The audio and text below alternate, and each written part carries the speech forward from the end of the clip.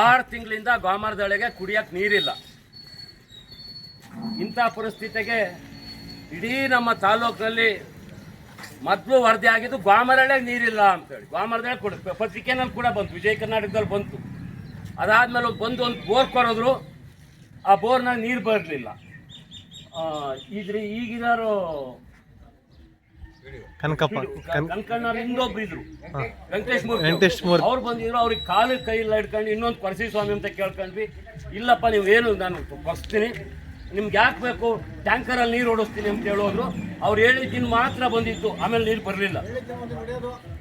ಆಮೇಲೆ ಏನು ಮಾಡಿರು, ಒಂದು ಕೊಳವೆ ಬಾವಿ ಹಾಕಿರೋ, ನೀರು ಬಂತು. 3 ತಿಂಗಳಾಗೈತೆ ನೀರು ಬಿದ್ದು. ಆ ಗಂಗಾ ಮಾತೆ ಸಿಗೋದೇ ಕಷ್ಟ. 3 ತಿಂಗಳಾಗೈತೆ. ಹಳೆ ಮೋಟ್ರ್ ಪಂಪು ಇದ್ದಾವೆ, ಅವು ನೀರು ಬಿಟ್ಟು ನೀರು ಕೊಡೋಕ್ಕೆ ಈ ಪಂಚಾಯತ್ ಯೋಗ್ಯತೆ ಇಲ್ಲ. ಇಲ್ಲಿ ಅಧಿಕಾರಿಗಳು ಇದ್ದಾರೆ, ಇವ್ರಿಗೆ ಅಯೋಗ್ಯರು ಕುಂತವ್ರಿ. 3 ತಿಂಗಳಾರು ನೀರು ಕೊಟ್ಟಿಲ್ಲ. ಈ ಹುಡುಗ ತಿಮ್ರಾಜು ಅವನು ಬೋರ್ಗ್ನಾಗೆ ಇದೇ ಪಂಚಾಯತಿ ಮೋಟ್ರ್ ಪಂಪು ಬಿಟ್ಕೊಂಡು ಕಳೆದ 2 ತಿಂಗಳಿಂದ ನೀರು ಕೊಟ್ಟ. ಈ ಪಂಚಾಯತ್ ಹೇಳಿದ್ರು, 1 ತಿಂಗಳು ನೀನು ಬಿಡಪ್ಪ, ನಮ್ಮ ಮೋಟ್ರ್ ಪಂಪು ಬಿಟ್ಕೊಂಡಿದ್ಯಾ ಪಂಚಾಯತಿವ, ಇನ್ನೊಂದು ತಿಂಗಳಿಗೆ ದುಡ್ಡು ಕೊಡ್ತೀವಿ ಅಂದಿದ್ರು. ರೂಪಾಯಿ ದುಡ್ಡು ಕೊಟ್ಟಿಲ್ಲ. ರೂಪಾಯಿ ನೆನ್ನಿಂದ ನನ್ನ ತೋಟಕ್ಕೆ ನೀರಾಗಲ್ಲ, ನನ್ನ ಕಡಲೆ ಗಿಡಕ್ಕೆ ನೀರಾಗಲ್ಲ, ನನ್ನ ಮೆಣಸಿನ ಗಿಡಕ್ಕೆ ನೀರಾಗಲ್ಲ ಅಂತೇಳಿ ನೀರು ನಿಲ್ಸಣ. ಹೆಣ್ಮಕ್ಳು ಕೂಲಿ ಹೋಗ್ತವೆ, 6 ಗಂಟೆಗೆ ಬಂದು ಒಂದಕ್ಕೆ ಬರೋದು ನೀರವು ಲೋಡ್ ತಾಗಿ ಒಯ್ಕೊಂಬರ್ಬೇಕು. ಬಿಂದಿಗೆ ಲೋಡ್ ತಾಗಿ ಅವೇನು ಅಡುಗೆ ಮಾಡಿಕ್ಬೇಕಾ, ಆ ನೀರು ಹಿಡ್ಗಾಕ್ ಹೋಗ್ಬೇಕಾ? ನಾವು ಈ PDOಗೆ ಫೋನ್ ಮಾಡಿ ಹೇಳಿದ್ರೆ, ನಮ್ಮ ಹುಡುಗ ಧನಂಜಯ ಫೋನ್ ಮಾಡಿ ಹೇಳಿದ್ರೆ, MLA ನೋಡಿ ಕೇಳಪ್ಪ, MLA ಕೇಳಿ ಒತ್ತಡ ಹಾಕ್ಸಪ್ಪ. MLAನ ಬಂದು ಎಲ್ಲ ಮಾಡಂಗಿದ್ರೆ ನೀವು ಯಾಕಿರ್ಬೇಕಿತ್ತಿಲ್ಲಿ? MLA ಹೋಗಕ್ಕಾಗ್ತೈತೆ? ಅದಾಗಲ್ಲ. ಅವ್ರು ಯಾಕೋ ಮಿನಿಸ್ಟ್ರೋ ಯಾಕೋ ಆಗ್ಬೇಕು ಅಂತ ಓಡಾಡ್ತಾ ಇದ್ರು. ಅವ್ರ ಮೇಲೆ ಅವೆಲ್ಲ ಸಿಟ್ಟಾಗ್ಬೇಕು. ಅವ್ರು ನಮ್ಗೆ ಗೋಮರಳ್ಳಿ ಕಂಡ್ರೆ ಆಗಲ್ಲ. ಈಗ ನೀರು ಬಿಡಲ್ಲ ಅಂತ ಹೇಳೋನೆ. ಆಯ್ತಪ್ಪ, ನೀರು ಬಿಡಬೇಡ, ನಾವು ಪಂಚಾಯತಿ ತ ಕುಂತ್ಕೊಂತೀವಿ, ಆದಿದ್ದಾಗಲಿ ನೀನು 2 ತಿಂಗಳು ನೀರು ಕೊಟ್ಟಿದ್ಯಾ, ನಿನ್ಗೊಂದು ಹಾರ ಹಾಕ್ತೀವಿ ಅಂತೇಳಿ ನಮ್ಮೂರಿನ ಬರದ ನಾಡಿನ ಭಗೀರಥ ಆ ಬಿರುದನ್ನ ಕೊಟ್ಟು ಇವತ್ತು ಹಾರ ಹಾಕ್ತೀವಿ.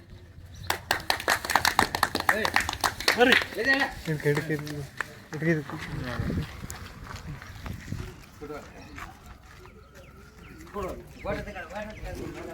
ವಿಡಿಯೋನೇ ಮಾಡ್ತೇವೆ.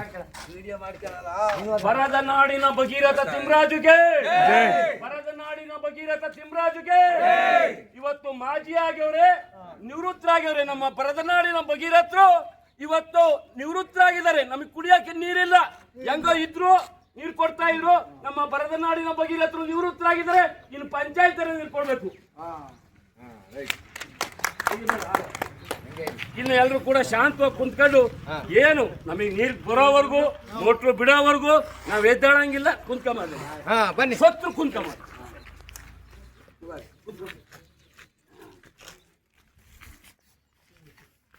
ನಮ್ಮ ಬರದ ನಾಡಿನ ಭಗೀರಥರು ನಿವೃತ್ತರಾದ್ರು. ಇನ್ನು ಯಾರು ಕೂಡ ನಮಗೆ ನೀರ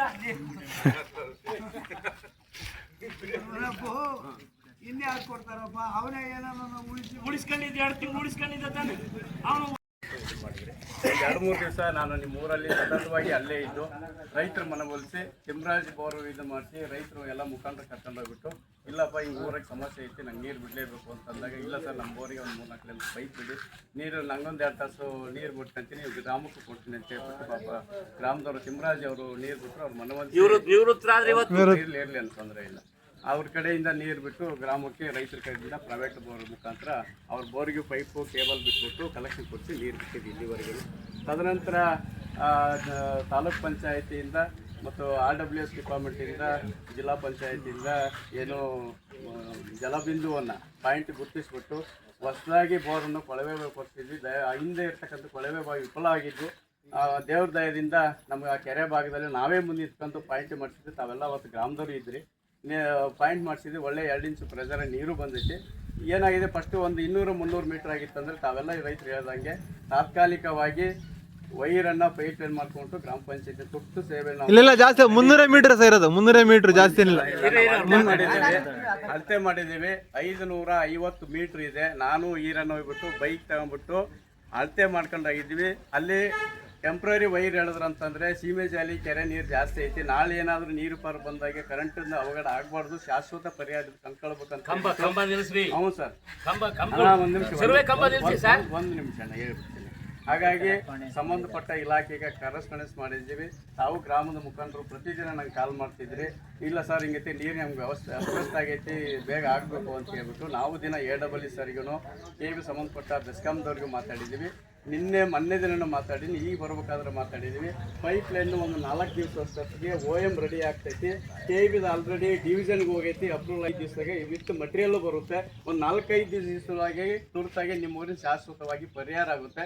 ಅಲ್ಲಿವರೆಗೂ ನಾವು ರೈತರು ಕೊಡಲಿಲ್ಲ ಅಂತಂದರೆ ಟ್ಯಾಂಕರ್ ಮೂಲಕ ನೀರು ಕೊಡಲಿಕ್ಕೆ ನಾವು ಸರಬರಾಜಿದ್ದೀವಿ. ದಯಮಾಡಿ ಗ್ರಾಮಸ್ಥರು ಇನ್ನೊಂದು 4ರಿಂದ 5 ದಿನ ವೇಟ್ ಮಾಡಿ ಅಂತೇಳಿ ತಮ್ಮಲ್ಲಿ ಕಳಕಳಿಯಿಂದ ಮನವಿ ಮಾಡ್ಕೊಳ್ತಾ ಇದ್ದೀನಿ.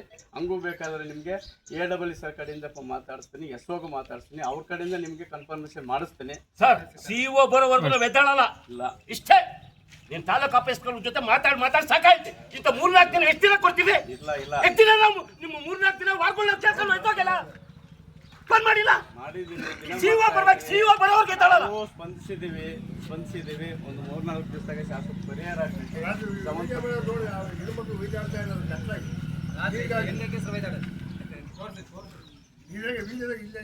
ಒಂದು ಲೋಟಗೆ ತುಂಬ್ತಾ ಇದ್ದಾರೆ ಸರ್, ಪೈಪ್ ನಾಳಿಂದ